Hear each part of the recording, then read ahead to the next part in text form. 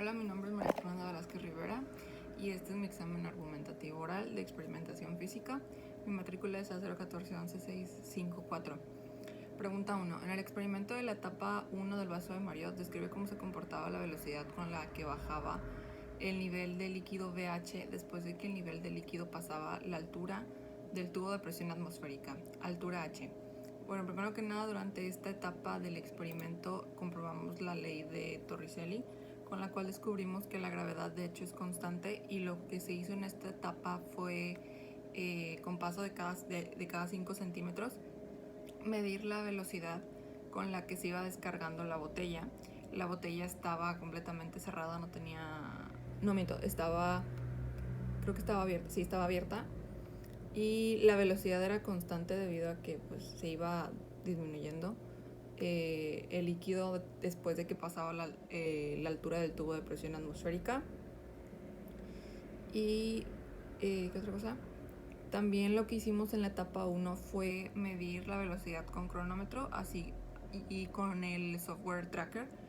Y al momento de realizar ambas cosas pudimos percatarnos de que de hecho la velocidad tanto con el cronómetro como con tracker era muy parecida, debido a que las gráficas salían primero como en forma ascendente, luego eran como lineales y luego eran descendentes. Por lo que, bueno, de hecho la velocidad se podría decir que variaba un poco, y eso fue lo que hicimos en la etapa 1. Ahora, pregunta 2. ¿Cómo podría usted decir que la investigación de un fenómeno físico es confiable? ¿Qué esperaría encontrar en el reporte experimental del artículo que esté investigando? Por ejemplo, si el artículo reporta una masa de 5.123512.584 kilogramos, ¿cree que sea confiable el dato?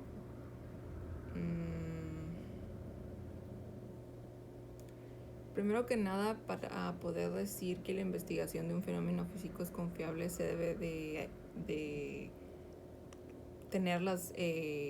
¿cómo se le podría decir? Como, primero que nada, saber el cálculo de errores, porque, por ejemplo, también en la etapa 1 realizamos el cálculo de errores mediante la propagación de incertidumbres y de errores.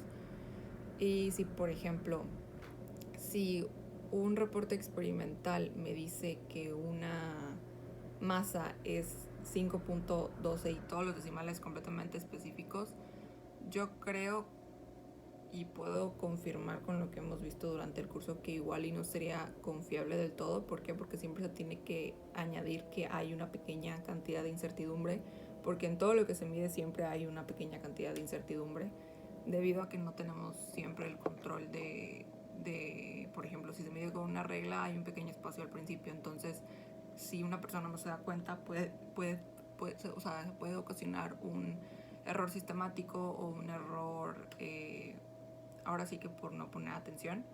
Y debido a que, por ejemplo, si el artículo reportara una masa completamente específica, se podría decir que no tomaron en cuenta la posible incertidumbre, por lo que yo no creería que sería confiable el dato. Ahora, pregunta 3. Explica el concepto de propagación de errores, los cuales determinaste en tu experimento de vaso de Mariotte en la etapa 2. Bueno, básicamente en la etapa 2 hicimos el cálculo de la gravedad también.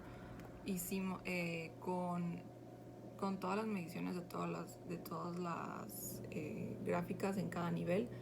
Bueno, se realizaron las gráficas de altura contra tiempo, y con la ecuación con la pendiente, esa era la velocidad. Luego con la tabla de velocidad se hizo un cálculo para determinar la gravedad, y después con una fórmula de gravedad que nos proporcionó el profesor, la cual me parece que era un medio raíz de A in sobre A out y un pequeño detalle más, no recuerdo cuál era, obtuvimos finalmente la gravedad. Y el concepto de propagación de errores básicamente es la incertidumbre que hay en cada medición que se realiza. Por ejemplo, creo que en nuestro caso lo que hicimos fue multiplicar el radio de la incertidumbre en medición directa, y se multiplicó por 2 porque la variable estaba 2 veces en el sistema. Asimismo, la incertidumbre en el nivel H se obtuvo sumando incertidumbres en el área transversal de la botella y en el área transversal, creo que del popote. pero más que nada se iba añadiendo la cantidad de incertidumbre a cada detalle. Y ya finalmente la última pregunta es: en las siguientes gráficas de datos experimentales, ¿cuál consideras tiene un mejor ajuste por mínimos cuadrados y por qué? ¿Qué harías si uno o más datos estuvieran muy alejados de la tendencia? Por ejemplo, en la siguiente figura.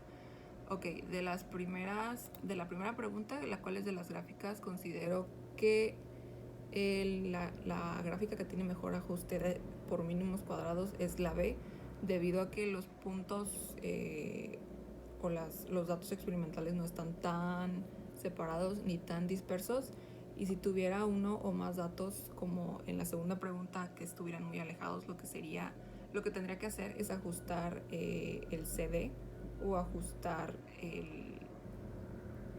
creo que era CD en Excel, debido a que de esta forma podríamos tener una mejor ecuación. Y por ejemplo, la R cuadrada, mientras más cercana a uno se encuentre, significa que es mejor la aproximación de la ecuación, y si se ajusta ese nivel que digo, los puntos quedarían más cercanos a la línea y la línea de tendencia estaría más precisa, y ya con eso tendríamos una tendencia mejor establecida y por tanto pues ya ahora sí que una R más cercana a uno.